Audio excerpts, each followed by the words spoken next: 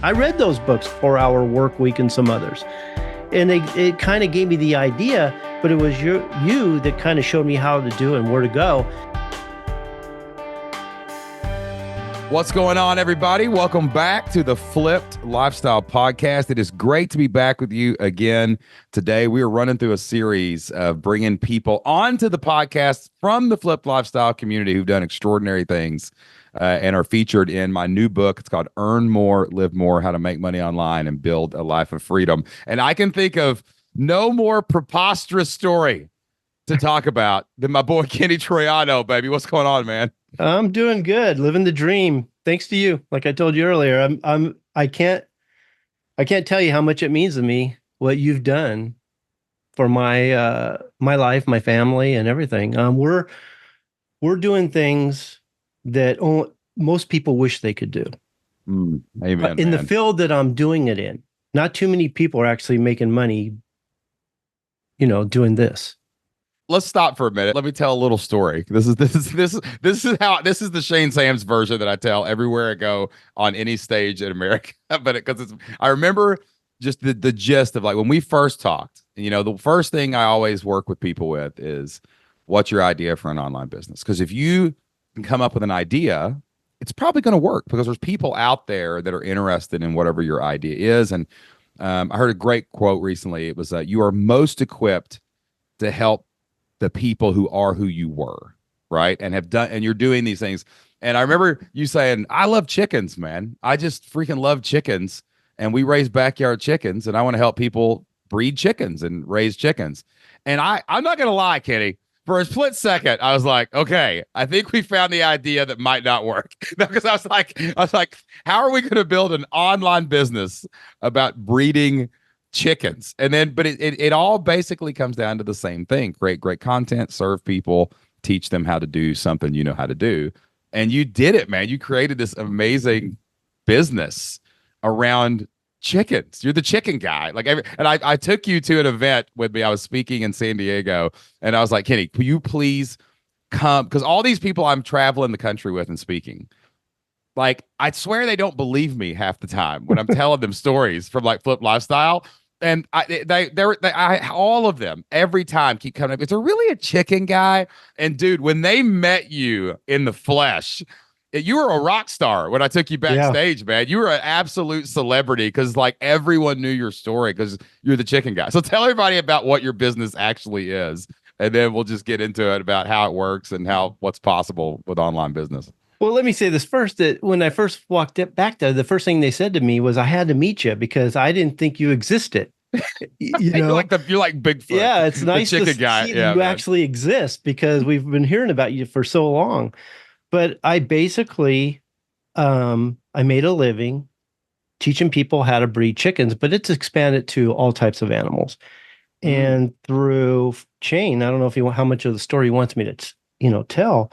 It was through him. I live for the story, bro. I was able to create an online business doing just that, teaching people how to breed. And it's amazing where it's gone. And your business basically, like it's basically built on a podcast, right? And content that you create about this stuff publicly. Or let's go through that real quick. Like, so you started out with the chickens only. So tell me about that a little bit. Well, what happened was I've been raising chickens since I was a kid. Okay.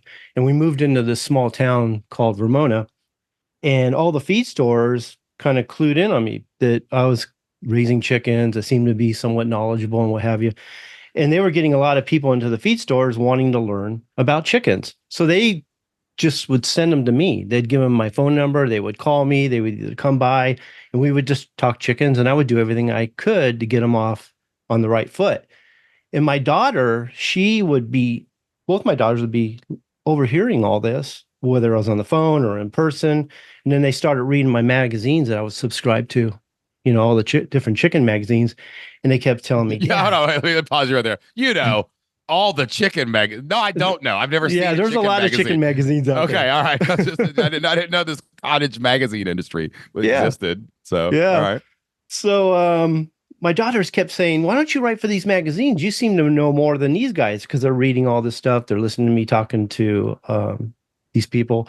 And I was like, "No, writing isn't my thing. I never thought of myself doing that." And they just kept challenging me. So I told Sam, my daughter, says, "If you think it's that easy, you do it." So she did. She started writing articles. She started following me around with her pencil and paper and asking me questions. And she started writing articles. So I just sent them to the magazines.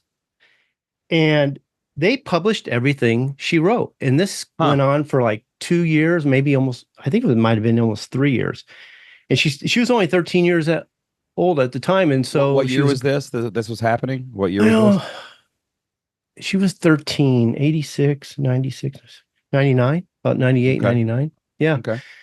And so she started writing her articles. I sent them in. They published everything she was writing. And she started going into high school and was getting a lot of homework. And she said, "Dad, I need to take a break because I'm just overwhelmed." I said, "Sam, you can do whatever you want. Go ahead and take a break. Let me write a few articles. At least I'll keep your name alive. And when you want to, you'll come back." I thought she'd come back. So I wrote a 4-part series on selection. I sent it to the magazines and they published them. And I got such a response. It was amazing. So I just kept writing and I wrote for them for almost 20 years altogether. Did you get And paid? no, I didn't get paid. I didn't want to get paid because I didn't want them owning my material, you know? Ah, cool. So Okay. after about a year of it, I thought, well, I'll write a book. So I ended up writing 2 books. One was a collection of the articles I wrote for the magazine, and that did pretty good. And then I decided to write a second book on breeding, you know, and that did really good. But it wasn't enough to make a living. It was Right. nice cash, and it wasn't, it was good. And Good little side hustle. yeah. And I actually thought I was going to write a lot of books and that's what I was going to do for a living. And I had all kinds of titles in line and I was going to write all these different chicken books. But I just wasn't impressed with how much money I was actually making. What are we talking about? A couple $100 a month or No, it like, was like quarterly. So I was getting, at first it was a few thousand every quarter, yeah, and then it just yeah, got lower and lower every year. I still make money on those books. sure. And so I decided to do programs. I heard good things about making programs. Maybe I could sell programs, market them, and I started putting them together. But the more I was working on it, I just wasn't sold on it. It just seemed like a lot of work, and I'd have to sell them every single time. And I was talking to my daughter. We were driving to Costco of all things. I even remember the moment I remembered it. It's a moment, that corner of the street where we turn on the Costco. I've come up with so many darn ideas. It's not even funny. From the logo of our website to ideas on what to do as far as business and so on. And I hit that moment and I said, "What about an online magazine?" Because I really like the magazine format, but I wanted to do online where you could put text, pictures, videos, all kinds of stuff. And then I could charge them monthly like you would a magazine, like a subscription. And so we came up with that idea. And it was when I started going online and trying to figure out how to make that work. And that's when I ran into your webinar. And you were Mhm. teaching people how to start a basic online membership website. And Yeah. so that's when I learned about membership, the membership model, which I was like, wow, that just sounds really good. And so I started following your show. It was through that website I found you. I started following your podcast. And I just started writing everything I could. I learned Mhm. everything from the shows and from that webinar. And you gave a basic outline on how to put together a membership website. And I just followed it. I took some of your advice from your guys' show. And today I've got the Breeders Academy, and we're 300 members strong. We have Crazy. the podcast and the live show became the marketing arm of the website, and that really brought in the members. Yeah. I tried all kinds of different marketing methods. I told you last time when I was on the show that when I first put it together, I only got like 30 members. And you Yeah. guys thought that was great. To me, that was a travesty. I'm known all over the world. I was writing at the time for like 6 different magazines all over the world. So I was thinking thousands of members. I was actually scared that I was going to get so many members it would shut my website down because of the traffic. So I was actually worried. Yeah. So Hey, preposterous optimism is a good thing for an entrepreneur. You got to have a little bit of preposterous optimism and get smacked in the face at the same well, I time. Though. I couldn't see Yeah, doing all we're that. a lot alike, Kitty, in the Yeah. exact same way, man. I'm preposterously optimistic all the time. Well, I was maybe a little too much because I was afraid I was going to shut my website down. But 30 members, I was like, I can't make a living on that. That's too much work for just a few people. But they trickled in, and it was kind of slow at first. But the website and the podcast and the live show on YouTube really changed the game. That's Yeah. when the members, and it's still I'm to the point now where I'm kind of maintaining 300 members. I'll lose a member, but I'll get a couple members. I'll lose a member, Was but it when you launched it the first time? Like, was it just like a webinar or something, or was it just like how did you market the? Was the podcast already out when you got those first mm-mm, 30 members? Okay, no. so this was literally 30 members from thin air, just people you knew, emails, anything you had to get people like to join the membership. Like, where I did they didn't even come have from? an email at the time. It was just from people that were maybe on my Facebook People page. you. Oh, I gotcha. Okay, Yeah, perfect. that Yeah, traffic, yeah, yeah. that's Yeah. basically my funnel. So Facebook page, draw them to the newsletter.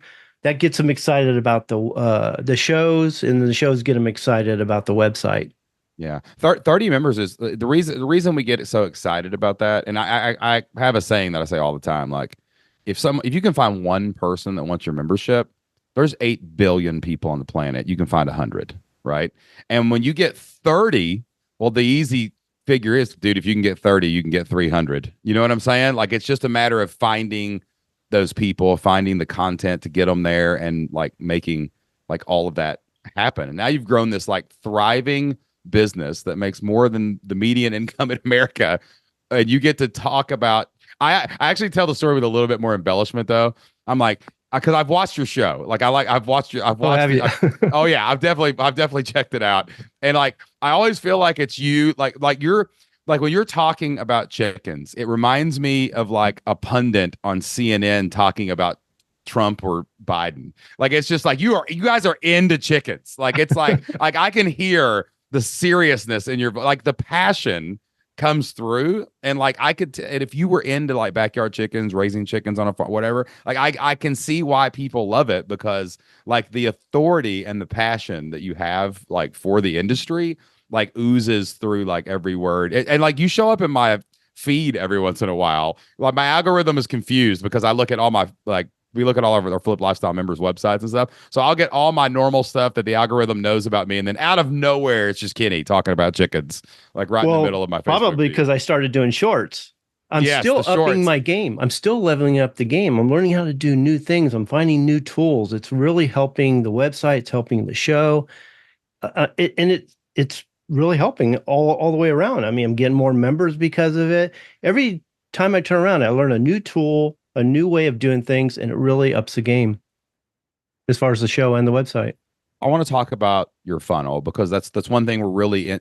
The book is really designed, kind of like you said about the webinar. The webinar, like we're very open. All of our content, we have hundreds of podcasts. We talk to hundreds of people from our community, and we're just like, we just want to get as much information out there so everyone, every man and woman can go start some kind of online business. Like, you don't have to be Gary Vaynerchuk or Ty Lopez or any of these crazy people that are out there telling you to do all these things. Like, you can build a really great living with your passion using online business with all the tools like we have like available to us right now. But like what were you doing for a living before you did this? And like, how did having an online business like give you like a life of freedom, like a life that you actually just, like you say every day, you're just talking about chickens, looking up new tools. Like what did online business do for you and your family? You said it changed everything. I tried a lot of different things to make a living. I was actually a professional golfer for a while. I started a shirt shop. Wait, what? Wait, you Yeah, were like I was a, you were out like hitting the tours and like trying yeah, to move up the ranks? yeah. I Bro, did that that's for about four amazing. years. It was tough on my family. It just got to the point where I lost my sponsorship, and I decided, this ain't working out. That, Mm, and I was actually playing the best I've ever played when I lost the sponsorship. Stayed home for a while, watched the kids, and just never went back. So I yeah. started a shirt shop that did okay, but too much work for me, actually. Hmm. That Yep. I didn't like the work actually. Then I started flying experimental aircraft, and then I worked for a company that was actually building them, and I became part of their promotional thing where we'd go up and I do all the video and we do aerobatics and the whole bit. I was the one of out of all the people flying those type of planes, I was maybe one out of a half a dozen that did aerobatics in them. And we did that for a while and then started getting back into chickens and it just kind of Kidding. went from You there. continue to be the most interesting human being I have ever met in my time. Like every time I talk to you, like you just went, professional golfer, started printing some t-shirts. Then I was a Blue Angel flipping No, airplanes not a on Blue Red Angel. Bull. Like I'm like, hey, and then you go, then I got back into chickens. Like, wait, what? My Hold on. wife Like, always says, you have the kind of life that when you tell people, nobody believes. I'm And telling it's you, like man. my daughter, she went in the Air Force and she's always out. She's always, telling people she was in the Air Force, and I was in the Navy actually before all that even. And I keep telling my daughter, nobody cares. They just only care about their own life. You could tell them all you want, it just goes right over the head. And so when I talk about, that's why I don't really brag or talk about some of the things I've done in my life because they're not interested or they don't care. You know what I mean? So Oh I don't. man, no, dude. I'm telling you that you could even be talking about stories like this all the time. Like if chickens, I like chickens is everyone. When I say the chicken thing, everyone's just like, wait, what? That's the most crazy thing I've ever Well, heard. I'm like, me and you could now get I'm together gonna preface it like, well, before that he was flipping airplanes. So and I'm we like, could let me. get together. We don't have there. You'd have to do a whole new show on this, but all the things that happened to me through flying, all the close calls. I even had a crash doing airbags. My engine quit. Nowhere to go. Had to crash it. Oh my gosh, dude. This Yeah. is insane, bro. Like I'm always fascinated by, the randomness of life and how like the universe like steers you in certain directions. And like it's just so poetic that it landed on the world's greatest chicken membership. I don't know why. I don't know why that's the best part of that story, but it really is like the best part of the absolute story, dude. And like are your daughters involved still? Do they still like work in the business and do stuff, or what do they do? They were for a while. Two of them are married and moved out. I still have Tawny, who lives in the house. She's 21. She helps out a little bit, but they have their own lives. They have their own Yeah. interests. I try to get them into it. My Yeah. daughter was going to write a book on incubation and chick care. She started it, didn't finish it. You just can't guide. You just can't push your kids into anything. They No, do no, no. their My own kids thing. want Yeah, nothing to do with anything we do. yeah, You always think you dream like, oh, they're gonna love this. They're gonna be, but like my kids when they got phones, there's a whole culture in this Gen Z of like how phones. It's actually when I watch my kids interact with phones, like we're all worried about our kids. The kids, especially teenage kids right now, they are so much better with their devices than we are because they've had them since birth. Like they're like I'm endlessly scrolling on YouTube. They're not. They're hanging out with their friends. There's a culture around like sharing pictures. Like they're really adamant. Like you don't take a picture of someone, you don't share it without permission. Like there's a lot of really good things that we can learn from our kids about this stuff. And when they got phones and stuff, and they got, we used to post them on our website all the time, just as they were growing up, because that's what we did. When we got Facebook, and now they're like, we don't want to be on the Facebook, we don't want to be on the Instagram, we want to do our own thing and share our own stuff, and like, so we have conversations like, hey, like they just did their first day of school this morning. Isaac started high school, and Anna Joe started eighth grade, and I was like, hey, can I take a picture and post it on Instagram because I'm proud of you guys. And they gave me permission to do that. So that was it's like the first, but it's like the first. But that we have to like ask them, like, can I share your picture? Even on our normal pages, they don't want us to always do that because all these kids are connected and they see each other's pictures. So it's like a faux pas to like yeah. just share a random picture. So it's really kind of cool to like see how. Does your wife work in the business? Oh yeah, she helps me out quite a bit. She's doing more and more all the time too. She should be retiring pretty soon from the post office. And it's so funny because I've been trying to start so many businesses, and it was her through the post office that was supporting me basically. Mm. She was allowing me to make this happen, and thank God for that, for her that we were able to do that. And I sugar mama Jocelyn for a couple years. She was yeah, yeah, oh, you got to have a sugar mama. We laugh because like there's sometimes I'm the sugar daddy and sometimes she's the sugar mama in our yeah, story. Like when I was we got married in oh Lord, 2000 something. It was 25 years, 20 years Oh, ago you're we a got young married. pup. I'm Just 61, been married for 42 years. So, dude, you're a good looking 61, bro. I hope I look as good as you at 61, dude. But like we just had our 20th anniversary. And but when we first got married, I got a job as a graduate assistant at West Virginia University as a football coach. And we moved up there, and Jocelyn had a sweet marketing job down in Southeast Kentucky for this commercial dishwashing company. And she was like, "Hey, I'm leaving." And this was probably 2006 or 7 or something like that. I don't remember exactly what year it was. But like they were like, "Hey, we want to keep you, and can you work remotely?" Well, nobody knew what remote work was back in the early 2000s. And she was making this good stable job while yeah. an I was getting making $300 a month as a graduate assistant up in West Virginia. And but she paid the bills, man, and that's what led to my football coaching career for a decade and just all the things that we did. But then when I became a head coach, she was an assistant and an aide for a while, but she didn't work for a little bit because she was getting her master's degree. And so we just flip-flopped and we just went back and forth. 'Cause sometimes you have to lean on each other at times in your marriage. It's not always like Yeah. one-sided, all these roles that people try to put on us. And we've kind of made that partnership work, whether it's entrepreneurship or parenting or anything else. I admire people who take the risks that they do to make it something like this work. And Oh I yeah, was just lucky that Nancy had such a good job that we could take the risk and not sure. worry about it. It didn't hurt us at all. And if it didn't work, it didn't work.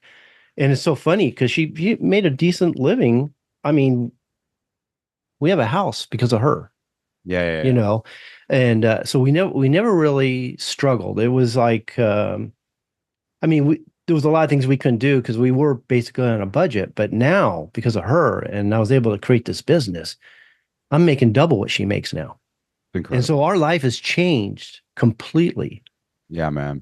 There's something different when you put that gap between you and the world, especially with recurring revenue, because Yeah. your churn. So you can predict in the future, not only that you're making a great living right now, but also you can be like, well, this is going to go for 6, 7 months. We can't they're all not going to quit in the next 5 minutes. So we get to maintain this lifestyle that we built. Well, what's really cool is because of Nancy, we were able to buy the house. Okay. But it's because of my business we paid it off. Ah, bro. That's Yeah. incredible, dude. We have Absolutely so much incredible. freedom. We don't have to worry about money anymore. We're able to do what we want, when we want, where we want for the most part. We just have a great life. And I'll say it again, Shane, it's because of you. And I think about that all the time and I appreciate it. I appreciate you, man. Because if it wasn't for you, we wouldn't have this business. I'd probably still be struggling. I've made a lot of crowds laugh their faces off. I'm telling you, man, like your story, like I tell my story everywhere I go, and that gets people interested. But when I talk about the chicken guy, that's the place where I can literally see most people truly believe in anything is possible because you would never on paper say, I'm going to start a membership for people who want to breed chickens. Like it doesn't make sense, that sentence, like those words moving together in the same language, right? And like I see people like look down at their paper, like if I'm at one of my events that I'm running, and they'll look at, we always let them come up with their idea first, and then we tell some stories, some case studies. Like that's what the book does. It shows these different case studies. And I see people absolutely believe when they say like, wow, if that guy can do it, like so can I. So the domino effect of like you hearing my story and then you seeing what's possible and then you building it and then me being able to tell your story to other people, I guarantee you there's somebody out there right now that's listening to the Flip Lifestyle podcast that has heard you on here or heard you be tell your story.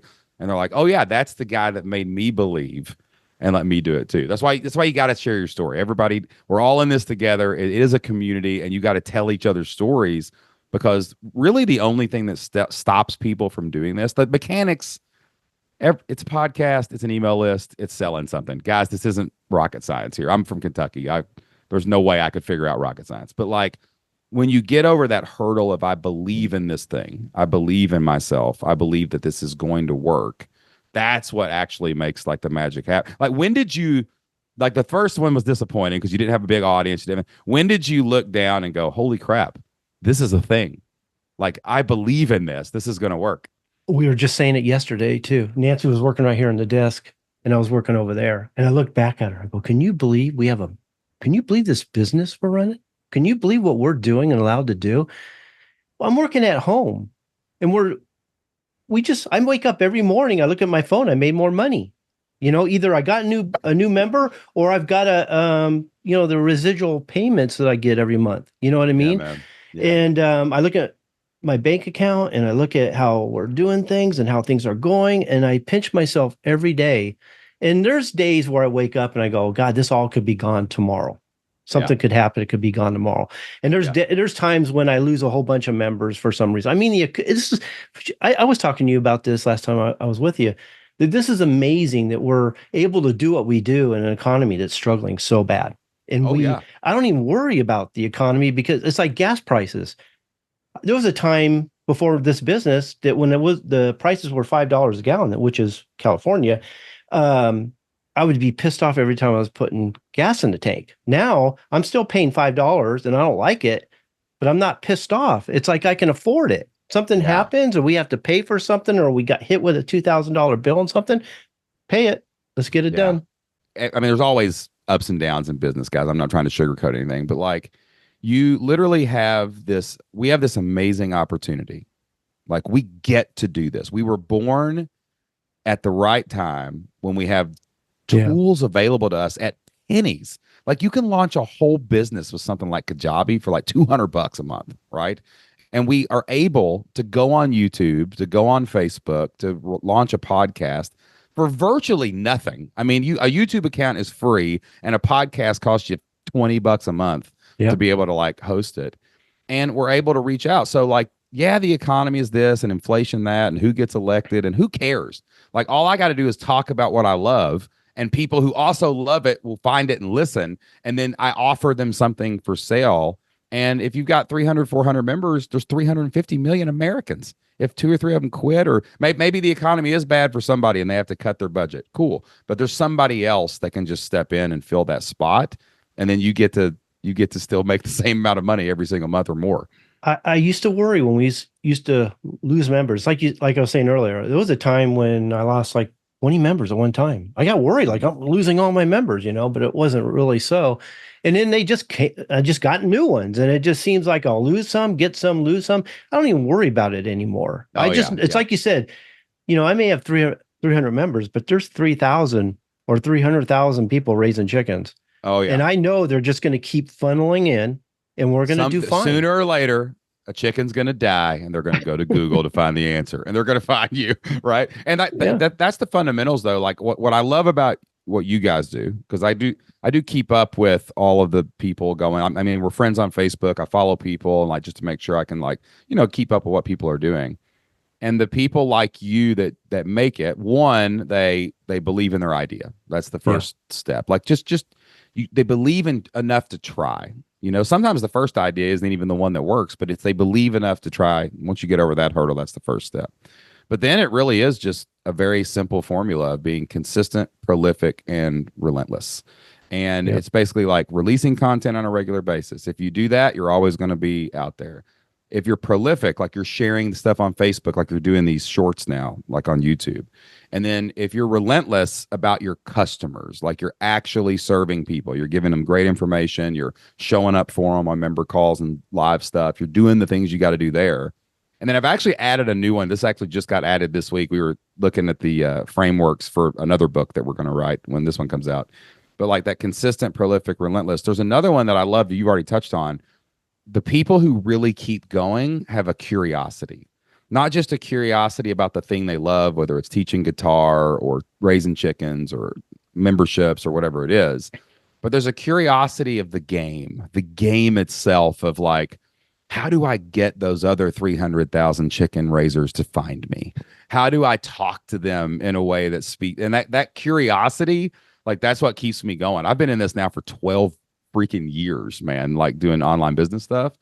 But I wake up every day going, who's going to find me today? How am I going to tell my story? Who am I going to connect with? Like what new chat GPT feature did they release that I get to go write an email with? Like that curiosity kind of like keeps you like rolling and building. And it's also a circular kind of thing. Like that curiosity is kind of what sets you off. It's like, oh, I wonder if I could do a membership.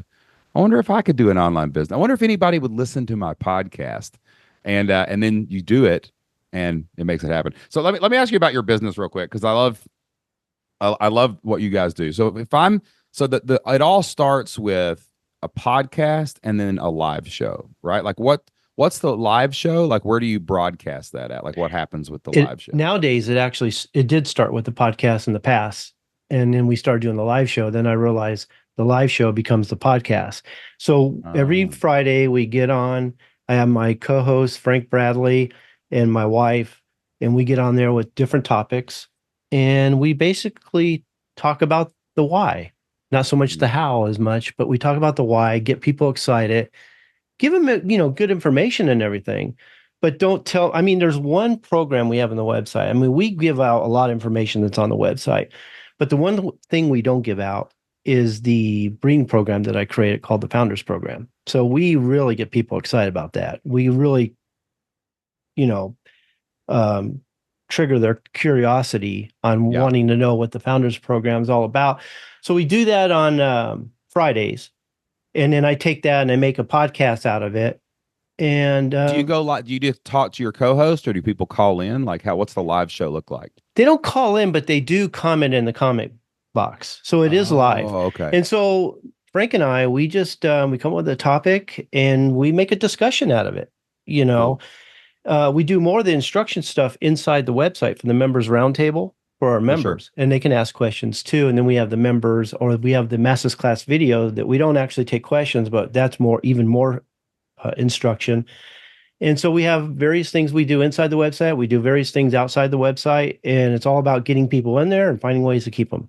And so if Yeah. I just keep producing really good information inside the website, they're excited, they're enjoying the website, they don't want to leave. Everybody, I don't want to say everybody, but most of the people that had to quit or cancel their membership, it's the economy. They didn't want to do it. They told me they hated to do it. It was the last thing they wanted to do. They And hung they'll on, be back. That's and the they cool and they thing do about come back, memberships. Yes. and they do We come back. we see people come back all the time, man. And it's like, they get away from it for a minute, then they come back. We had one lady that she had started like two or three businesses. She'd come in for a year and it would not come in for a year. And then finally one of her businesses starts making multiple six figures and she's like, we did it. And it was just that cycle of in and out of the but never giving up. They never actually quit because they're not going to stop raising chickens just because they quit your membership. They're still going to raise the chickens and they're eventually going to need you again. So they're always going to come back. The ones that came back are the ones I cherish the most. Yeah. I may get a new member, but the ones that come back, it's like that's the biggest feather in my cap. That's the one that those are the ones that make me the most happy. That's Nancy. Nope, I'm like no pun skipping when they come intended. back. It's a chicken feather in your cap. That's what's going on there. No, all right, so let me I just want to break this down because like one of the things that the book really covers is like it focus, people overcomplicate it. It's really just a funnel of how people go from discovery to purchase, right? So you have this live show, and did you say that was on where is that at? YouTube, Facebook, YouTube. or No, it's on YouTube. Yeah. Yeah, man, I feel like everybody in my circles and in the community is really leaning into YouTube right now. It's like Yeah. because it has so much analytic support and it's so dynamic and you can go live, you can post videos that you edit. Like there's so many things, the shorts, like you said, Yeah. like you can do a lot of stuff. So I love and live is where it's at. People are Yeah. craving live human Yeah. attention. So Yeah. you go live on Friday and then you release that on the podcast. Now, on the podcast and the YouTube show, like do you offer freebies? Like how do you get people do you get them to join your email list? Like or do you just go for the freaking kill and go straight for the membership? Most of the time we're pushing the newsletter, and we do Okay. have some, what do they Is it call them? that's free? That's free. Yeah, An that's a email free newsletter, and they get some freebies too. They get some downloadable PDFs. They get some really good information. What else we offer? We offer a handful of things that they can get just by joining, and they'll get a newsletter every day for a little while. Then it backs off to once a week, and that'll go on for about 6 months, and then it ends. And then what I've been doing lately, which is working great, is I do have a registration page on the website, which I actually closed. And I pitched the newsletter. They get in the newsletter, and then every now and then I send an invite to join the Breeders' Academy in the newsletter. And that's getting more members through that than it was Wow. them finding the registration page. Wow. And so we keep telling them the membership's closed, but if you want to get in, join the newsletter, and you might, I might send an invite every now and then. Boy, So that basically, does wonders. publicly you keep it closed, Yeah, right? lately. Hmm. Lately, and then so people join the newsletter. Now, is the newsletter automated or is it live? Yeah. No, it's autoresponder type thing. Oh, so you've written these emails once of a lot of great information. Yeah. You've got marks in there where if you're a newsletter exclusive, they Yeah. get to join from the thing. And Yep. so it's not even like a discount. It's just like, hey, this is your shot right now. You can get on the email list. Oh, bro, that is No, I don't. That's no work. I don't do anything. I set that up. It does its own thing, and yeah, oh my I just gosh, that's automated beautiful. that thing, and it really brings in the members. I told Nancy when I closed the website because we were doing that for a while, where we'd close it and then only open it every other, but I every remember six that. months, Yeah. and it worked out because when we opened it, we got a whole bunch of members. Yeah. You know, but That's called a cohort strategy too. That's for anybody out there listening. It's like you create scarcity and urgency because this is normally closed. Most people do it either like twice a year or for 2 to 4 yeah, times a year. It's either yeah, quarterly or like twice a year. And then you open it because now you've got all this pent up like crap. I want to get inside with all these cool people. And then when the doors open, it's like the classic Black Friday back in the early 2000s when the doors at Kmart would open and everyone would just rush in and to buy Black like their Friday's when we open it too. bro. Oh, dude, bro, listen, Black Friday, man. Me and Jocelyn used to be like we were Black Friday addicts because we were broke as a joke when we were like school teachers and stuff. Yeah, And so we would always like we would leave the kids somewhere and we would go wait in the Black Friday lines. And I remember like I know how this feels because one time we were at Kmart in like Madisonville, Kentucky. And the reason we went to this one is because they had advertised this digital camera. And it was like a and it was dude, it was listen to this, yeah. 2 megapixels. Two. Oh Can you imagine? wow. This is big time. Okay. And it Uh-huh. was like a sweet deal. It was like $30 or something. It was supposed to be like $200 or whatever it was. And this is pre-iPhone for anybody listening. Mhm. And like, so we got in this line and we got there and we thought we timed it perfect. We were like, okay, we're gonna get there at this time. We'll be super early and we'll be able to be one of the first ones in. But the line when we got there had come back like 300. It was a lot of people. Oh We were wow. way back in the back of the parking lot. But I'm a line cutter. I'm going to admit I'm the guy that's driving up the emergency lane to get past the line on the interstate backed up. I'm that guy. I'm sorry if you flipped me off before. That's me. But like, so I'm looking and I realized something. The Kmart had, Kmart, you remember the old Kmarts and Walmarts Yeah. had like a bunch of doors, like across from it, like probably 6 or 7 doors. Everyone had lined up on this right side, and I was watching the people inside. Nobody else was really paying attention. And I realized they were going to open all the doors. They were going to open the exit doors as entrances, and nobody knew it. Nobody was lined up there. So I told Jocelyn, I said, I'm not going to go up there and stand, but when that door opens, I'm going to sprint for that exit door and try and get there first. So the mob opens, everybody starts running in. I'm sprinting to that door, and I get in, and it's still a mass of people, and I have to make it all the way back to the electronics section to get this camera. So I go back there, and I'm bobbing and weaving through the bra department, the women's lingerie or whatever, and I'm like cutting through all the different departments. I get back there, and the counter is already crazy. There's people are throwing boxes to people. It's just total carnage, like old school Black Friday. Mhm. And I see the guy behind the counter, I see him pick up one of those cameras, and it's the last one. Like he's got it in the guy that works at Kmart. He picks it up, and at the top of my lungs, and I'm very loud. Like I can coach a kid from one end of the football field to the other. And I just go, hey, as loud as I can. And everyone in that whole place just stops and looks at me and just dead silence. And I was just like, I kind of looked left and right and I went, give me that camera. And the guy handed it to me. And I just took off. Oh Ran wow. out. But like that feeling of like urgency is what Yeah. those cohort kind of things can create in kind of the It's hard because it only works so much, and then for and then sure, it doesn't work for a while. I had to come people up with catch on other that you're just ideas. doing it. They But catch on. so I can't really discounts on a membership site's really tough because if you discount too much, then you piss off some of the ones that are already in there. But I would come up, you gave me a few good ideas, like the quarterly idea. They love that. Man, when I offered that, they jumped at that. offering like a three pay Oh, for like a two quarterly get membership for a little bit of a yeah, where discount they kind of pay deal. every Yeah. quarter, and then where they would pay for 2 years and get the third year free. That was a big one. That did really Yeah. well too. Yeah. That's amazing, dude. So basically this whole funnel is go live once a week, Uh-huh. repurpose the content on podcast, social media, Yeah. whatever. Hmm.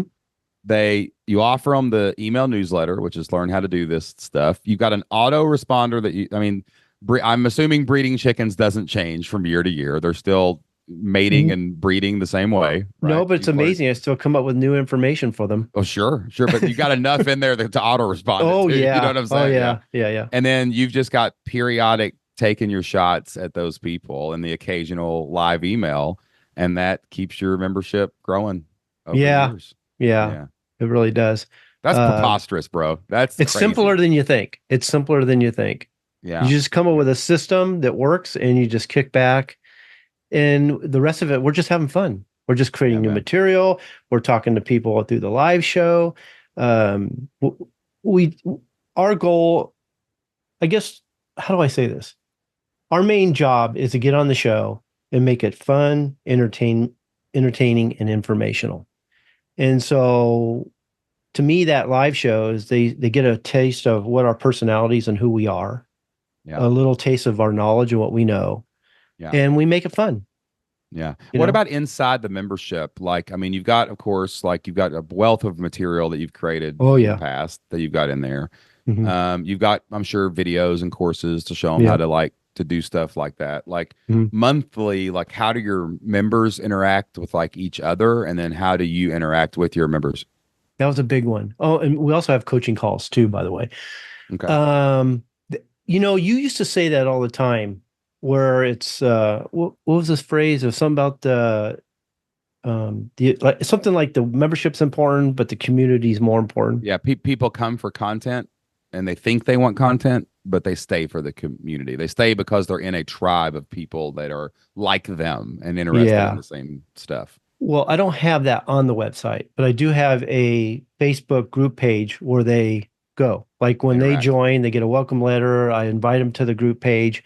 And once they're in there, they're in there. And they really do communicate with each other. They really do help each other. I pretty much stay out of it. It's like you said, you go in there to help, everybody else disappears. And so I That's right. don't do that. I let them talk to each other, help each other, come up with information.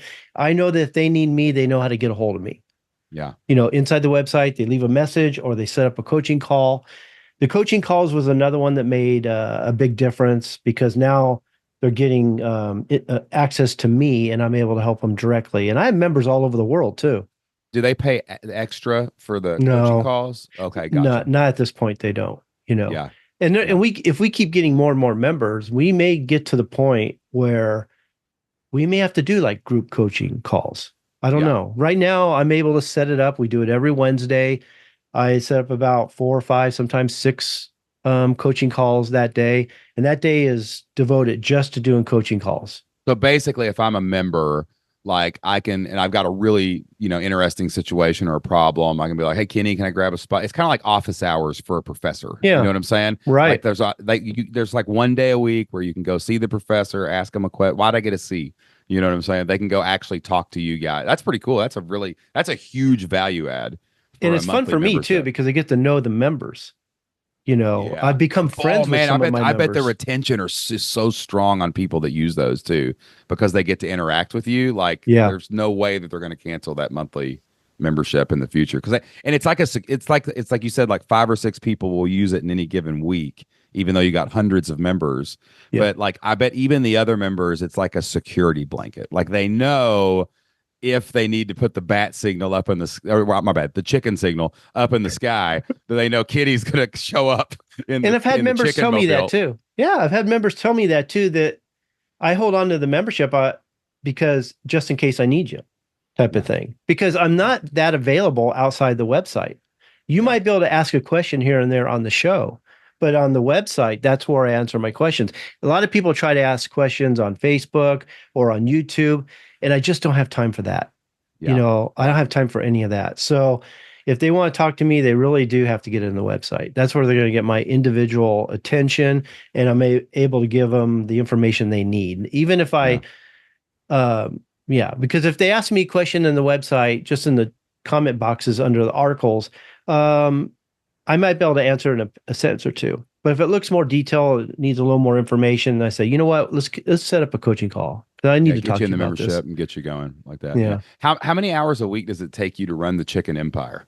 Like, I mean, I mean, what do you got? What's your like general work week like kind of look like Monday through Friday to do all Well, this stuff? that's an interesting question because sometimes, let's put it this way, it's a question of whether how much I need to do, have to do, and what I want to do.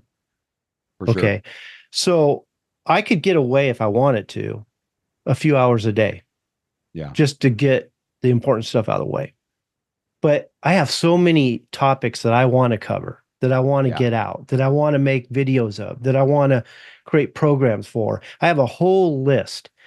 And so it's important to me to get those done. So I do work quite a bit. I do because I want to Yeah. get those things out. Well, I always tell people, when I first started, it was right when Tim Ferriss's book, The 4 Hour Work Week, came out. Yeah. And that book really inspired the heck out of me because it just made me think differently. Like, oh, like forget that it's 4 hours.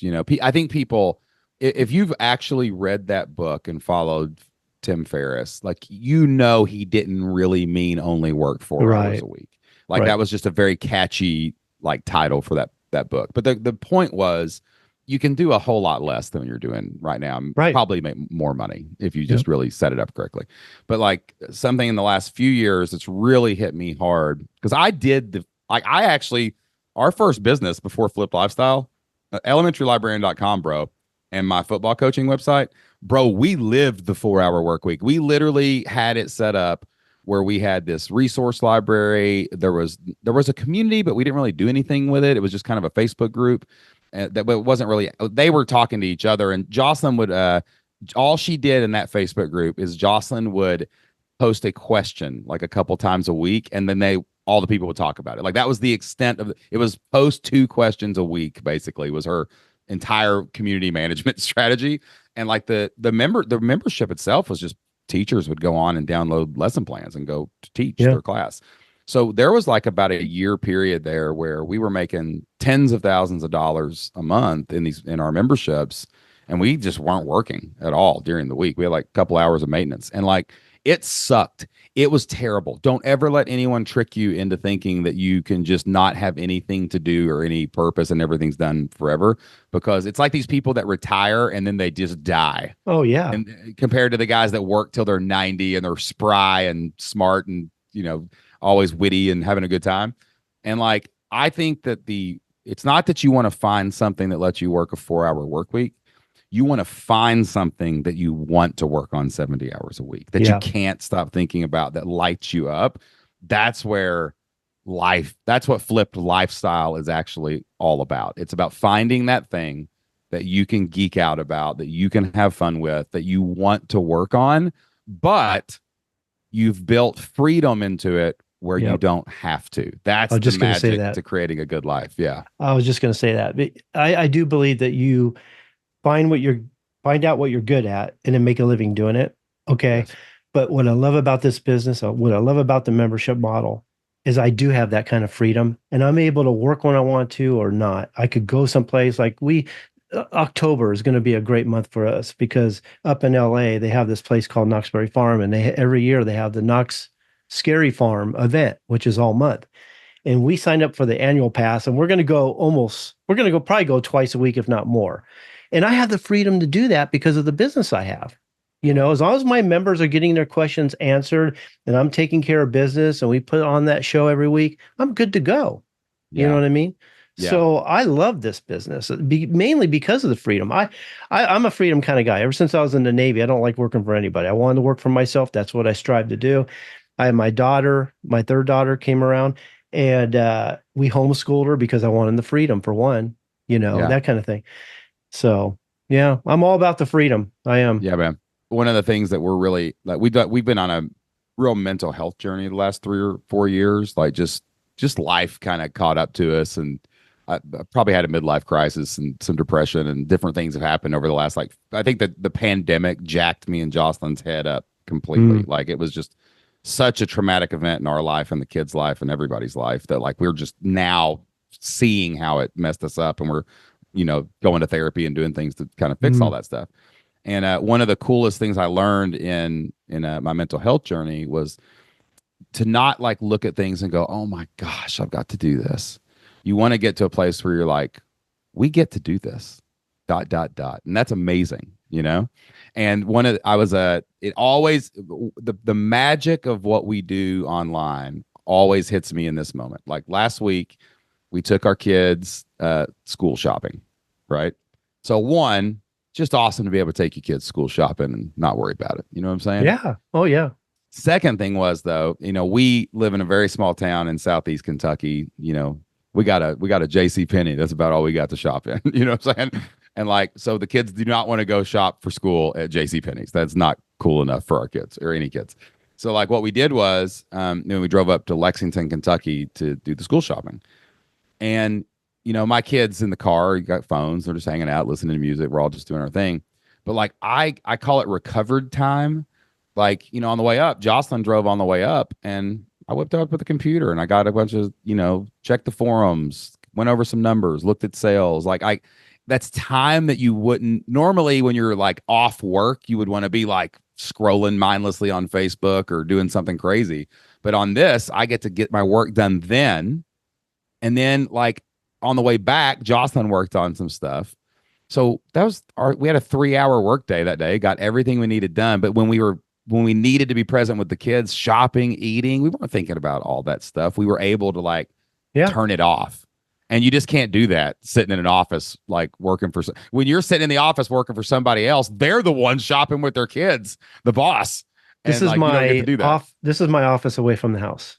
You're My holding up phone. your phone if you're Yeah. watching, if you're listening to the So podcast right now. you're right. And I forgot about that. That what I'll do is, let's say we're going to Disneyland or Knox Berry Farm or some other place, or I'm going on a trip. I'll set up a bunch of projects on docs. Yeah. Okay. And then when I'm in line or I'm doing something, I don't want to just stare in the world. I mean, I have to do something. I have to keep my mind busy. So I'll open up a doc on a project and I'll start working on it. And Oh it yeah. gets me so, I mean, we're having good at Disneyland, fun at Disneyland, and we're talking and funning and all that kind of thing. But when we're not, I'll put my earbuds in, listen to a podcast, and work on my docs at the same time. And I get a lot of work done. I'll get home that night and go, wow, I got a lot of work. Waiting for Space Mountain. You're getting Yeah. some And work done, man. I'm getting projects done. I'm working out shows. I'm working Yeah, out man. outlines I for wrote my shows. book. I wrote my book. No lie, I wrote my book on an airplane, on airplanes, because I did a lot of speaking the last couple of years, and literally I would just be on an airplane. Everybody else is watching movies, and I'm like, dude, I'm gonna knock this out now. And then when I land, I get to go eat dinner with my other speakers, and we get to hang out and smoke a cigar. Get up the next day, go speak and have fun and do all that stuff. Then on the airplane on the way back, man, I'm just like rolling and writing my book and getting it done. I never would have gotten it done without that downtime, because Yeah. like that, like I was when we first started outlining the book, like I did the same thing. I opened notes in Apple, and we were just like sharing the document so we could all work on it together to write the outline for the book and see if this was Yeah. a good story to tell and to find all those things. So now that you've done it, so how old is the Breeders Academy again? How old do we say it was? Let's say you started this. When did we start? I think it was in 2016. Okay, I think we 16, started it. 17. Yeah, somewhere in Yeah, there. somewhere around that time. And now you've got an established baseline. Like, what do you want to do with it? Like, do you want to? I mean, it sounds like you're really you're content, but I think that there's a Venn diagram between contentment and ambition that we all have to Yeah. kind of find for ourselves. Like, what's the goals for it? Like, what are you trying to do? We do have an idea for another membership website someday. Maybe when Nancy does retire, and it would have its own podcast too. My biggest thing is growing the website, making it even better than it is today. I mean, like I told you earlier, I'm finding new tools, new ways to do things. It's improving Yeah. um Like your my social workflow. media. Yeah. It's improving my shows. It's improving my website. I want to do that, and I want to get more members. You Yeah. know. is it top secret, the idea, like what she wants to do, or you're not ready to Well, I don't reveal want to that give out yet? the Or name just yet because I don't want no one stealing it. But yeah, it's yeah, still yeah. chicken. It's still chickens. It's just I got a you. different area of chickens. Like I'm Yeah, all yeah. about breeding and genetics, creating, improving, and maintaining a strain, and getting people to use the Founders Program to do that. I'm all about that right now. But Nancy wants to do one on basic not breeding, but raising. For the Gotcha. Okay. average backyard chicken raiser who just wants a handful of chickens in the backyard, cover Yeah. something like that. Heck yeah, man. And people It's be just a all over name I that. don't want to let out. And there's more people out there too. And like that's the thing about it's the beauty about, I don't want to act like I've reinvented the wheel here. Like the only thing that the flipped lifestyle blueprint has ever been is Jocelyn and I have had the rare privilege to build multiple 6 and 7 figure online businesses. And I've watched almost 6,000 members of our community do the same thing. So we've gotten to see like all the different things that people try. And the Flipped Lifestyle Blueprint, like the basis of Earn More, Live More, my new book, is this process that's the same for everyone, guys. It's content, get emails, sell things. There's more to it, but that's basically what it is. Once you know that, it becomes repeatable and it becomes scalable, and you can go out and build all kinds of new things. Stephen Faust, did you meet Stephen? Was he there? I can't remember if he was there. Do you know Stephen Faust? He's in the community. Anyway, he's got a business that he was basically like a C-suite level executive for a major company, right? So he's golden handcuffs, 80 hours a week, never seeing his kids, wife punching him in the throat, and I know them both, so I can say this out loud. But like basically he starts his membership. It was serving military people in the military, and then he builds this membership, replaces his income, he quits his job, starts picking his kid up from high school, gets to spend time with his kids. His wife told me one time she was like, he just became a better human after he was able to work for himself. But they took the principles of the blueprint, and she had an idea for an online business. She has a cool thing where she teaches people this how to become a mystery shopper.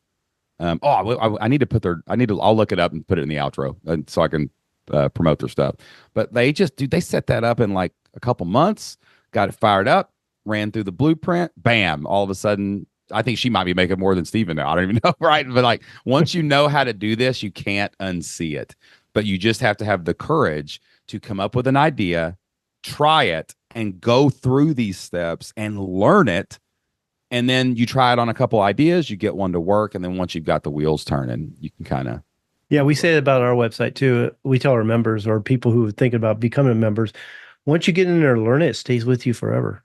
This yeah, is man. something that just sticks with you. It's so simple. And And that's what what a I've what a cool impact you've made on hundreds of people, like who are I don't even know what people do with all these chickens. I don't know if they're eating them or feeding them it's or different raising things. them. They Yeah, show man. them, they eat them, for eggs, meat, they show them in fairs, all kinds of things. I And that mean, chickens ripple's are going out. huge. That ripple's going out everywhere. Those people are impacting every time they Yeah. sell a chicken, every time they feed a family with their chickens, every time they do anything. Like it's just this endless cycle of goodwill that goes And out in the that world. ripple started with you.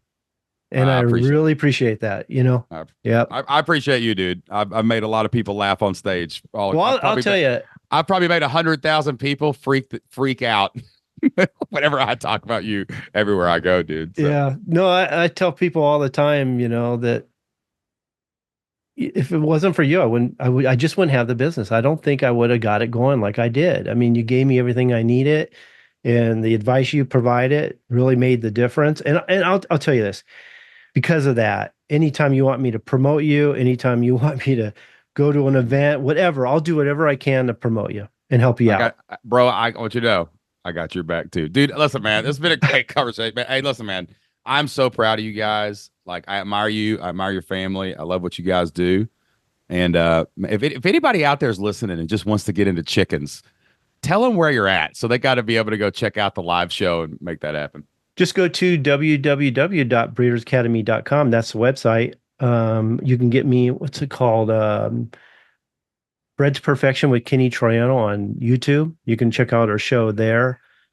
And yeah, that's how you can contact me. But Awesome, man. I gotta say this one more thing. I don't know how much time we have. And I remember telling you I didn't think our type of customers crossed, but I'd help you as much as I could. Remember that?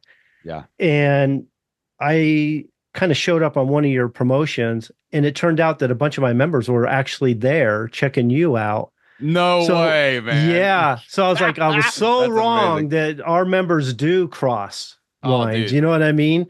Oh yeah, So, man. Yeah, it's always synergy. It's always collaboration. That's another amazing thing about this is like I've had people come to me from other people who teach art, and they're like, well, I saw they said something about you starting this art thing, and I joined this membership, and I was in it for a year, and then I said I want to do that too, and then it just go, and then I'm always telling people like everybody that comes up to me, they're like, man, I really want to learn how to draw superheroes, and I'm like, well, let me tell you about Evan Burst, a buddy of mine who has this awesome membership, like so it's always this like thing, and like that's what I love about it. It's not like a local business. It's not like doing something like where you're competing with somebody across the street. Every person you interact with at a conference, online, in a community, like there's some way you can help each other, and we get to do that because it's a community. It's what we do. So and you're doing this with people around the world. Yeah. that's right, man. All over the planet, baby. Dude, thank you so much for your story. Thank you for all the hard work you put in, and I can't wait to share this with everybody out there, man. Thank you. And All to you. I can't wait to send you a copy of the book with you in it. It's gonna be Oh, amazing, awesome. dude. Awesome. All right, bro. Yeah, looking forward to that. All right, guys, that wraps up my interview with Kenny Troiano, one of our amazing members of the community, one of our longtime listeners of the podcast, and just one of the greatest guys you'll ever meet. Awesome dad, awesome husband, awesome business owner, and I just love his story. There's so many stories. I could sit here. I mean, you can go back. We've had hundreds of our members on this podcast, and you've heard some incredible, crazy ideas. But that one's always stuck with me because it's a guy that loved something and knew something about it and went out to teach other people about it. And he turned that into a thriving business where he's making an amazing living for his family. He gets to sit next to his wife and they just work together on the business. If you watch this on YouTube, you can see their studio back there. It was like his wife's station over here and his over here, and gets to provide, doesn't have to worry, doesn't have to stress out about bills, doesn't have to do all that. And he's doing it on his own. That's what's possible when you find your idea for an online business. You set up a funnel, a simple funnel. He has a show on Friday.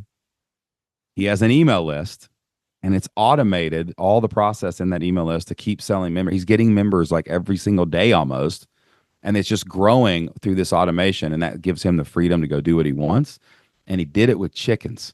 What's your idea? You need to go figure it out. If you need some support and help with that, we'd love to have you in the Flipped Lifestyle community. We got a lot of free resources over at our website called flippedlifestyle.com. That's FLIPPED lifestyle.com, where we help you flip your life, turn your world upside down, start, build, and grow an online income of your own based around content and memberships. We'd love to help you do that. And if you want to see my new book, it's called Earn More, Live More: How to Make Money Online and Build a Life of Freedom. You can hear Kenny's story. You can hear a ton of other stories from people, real people inside the Flip Lifestyle community who have done absolutely amazing things. You can find that book over at shanesams.com and at fliplifestyle.com. But if you want to head over to shanesams.com, you can jump on the list.